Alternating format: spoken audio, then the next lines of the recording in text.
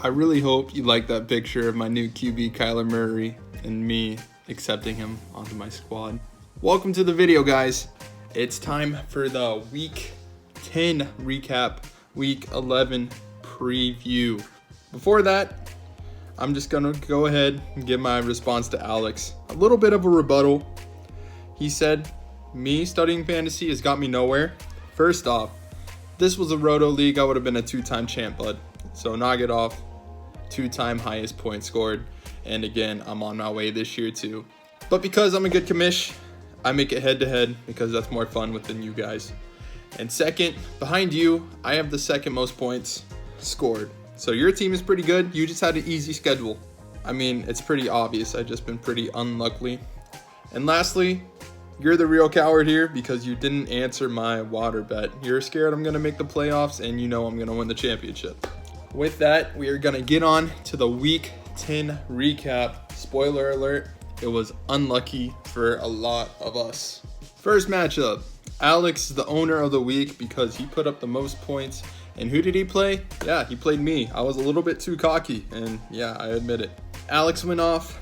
Aaron Rodgers was throwing bombs to Marquez Valdez-Scantling, unowned in our league. Kamara stole all of Michael Thomas's receptions from last year. Kamara only had 15 rushing yards, and he ended up with 31 points. That's crazy. And Juju is finally incorporated into the Steelers' offense along with Claypool and Deontay. So Juju got him a good number, about 18 points. I had bust weeks from Connor, Will Fuller, and Jared Cook. Jared Cook cooked up a big 0 on me, a bagel. So with that, Alex moves into first, points scored, and his 6-4 record puts him at number 3 in the playoffs right now. While I am second in points, and I am the first team right now in the hunt with my 4-6 record. So if a 5-5 team loses, I'll be the first one in if I win next week. Next up, we have Devin Bragg against Eli. Devin is the definition of having a boom or a bust week. He either has one of the top or one of the lowest points scored. DeAndre Swift and Deontay Johnson for Chubb might have been a good trade. I was on Tom's side, and I thought Chubb easily would have won that trade, but no. DeAndre Swift is playing amazing. Deontay Johnson is the wide receiver 1 for the Steelers right now.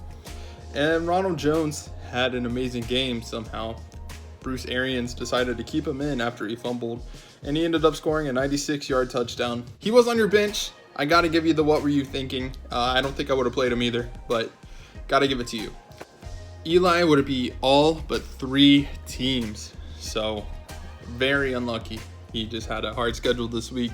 Lamar, Thielen, and Marvin Jones had good games, and he would have won this week if he played Big Ben and Nyheim Hines.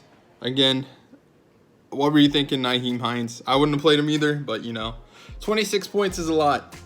So right now, Devin is still in last with a 3-7 record, but it'll be close. Honestly, there are 5 teams that are 4-6, and we're all in the consolation. Devin's the only 3-7 team, so anyone has a chance to last place. And Eli is also one of those 4-6 teams, so he's in the hunt. Devin does have a few things to say after his win. Be ready.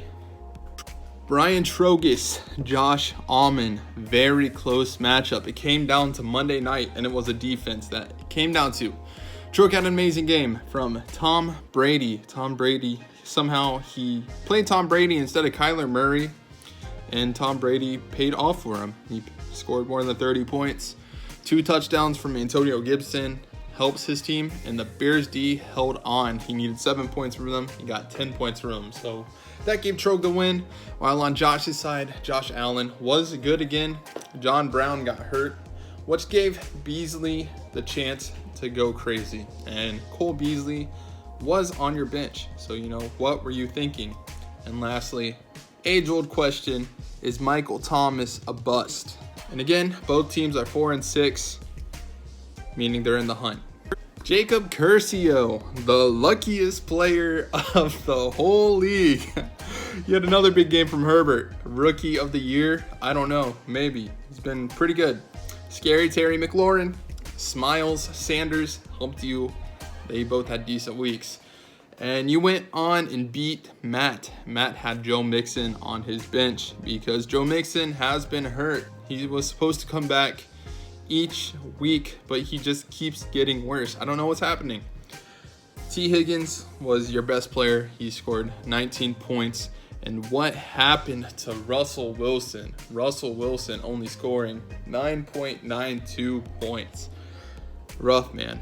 With that, Curcio moves to number 1 in the playoff bracket because of Ben's loss, and Matt moves to number 5. And Matt is 5-5, so if he loses and one of the 4 and 6 teams wins, he's out for now.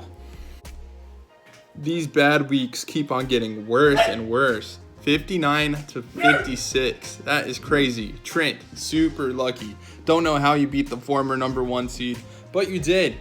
Everyone else besides Ben would have beat you.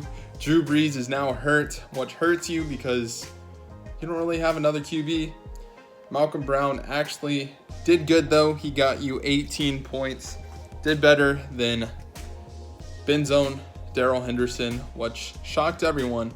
And for Ben, everyone except Derrick Henry put up single-digit points. Derrick Henry only had 11. That's pretty bad. And what were you doing thinking Watson and playing Wentz? You would have won if you would have done that. Carson Wentz sucks. Deshaun Watson, good. With that, Ben is still number 2, and Trent is joining 5 others at 4 and 6. Somehow he has a chance to make the playoffs, which none of us thought was going to happen for sure.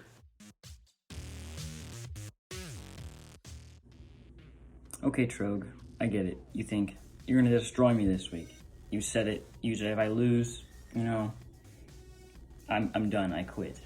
Well, get ready to quit. Because you're probably just going to talk about Corey Clement in your trash talk, and that's very, very original. Hadn't heard that before. It's like calling me short. Tom Brady, your quarterback, I would be ashamed if I were you. I'm starting Alex Smith this week. The man almost died. I think he can handle the Bengals, more or less your team. So enjoy the losers bracket and have a good one, bud. Hello, Trent. I've been waiting for this a long time. See, it's no secret that our records are pretty terrible, and we're fighting for the last place. Here's the thing. I can make the excuse that my first 4 draft picks have all been hurt, and on my top 2 are out for the year. What about you? You can't make the same claim. You just had bad draft picks. That's totally on you. Corey Clement, really? You can't let that down, dude. He's the 3rd string running back. The only time I've ever seen him is in a video in practice. He's on the practice squad. Just like you. You're the practice squad of this league. I don't see him on the field at all. Which is like, he's like John Cena. I just can't see him. And after this week, no one will see you either. Except, of course, for the end of the season. Everyone will see you giving that presentation. Everyone will see you getting dunked on in the summer. And it'll be absolutely glorious.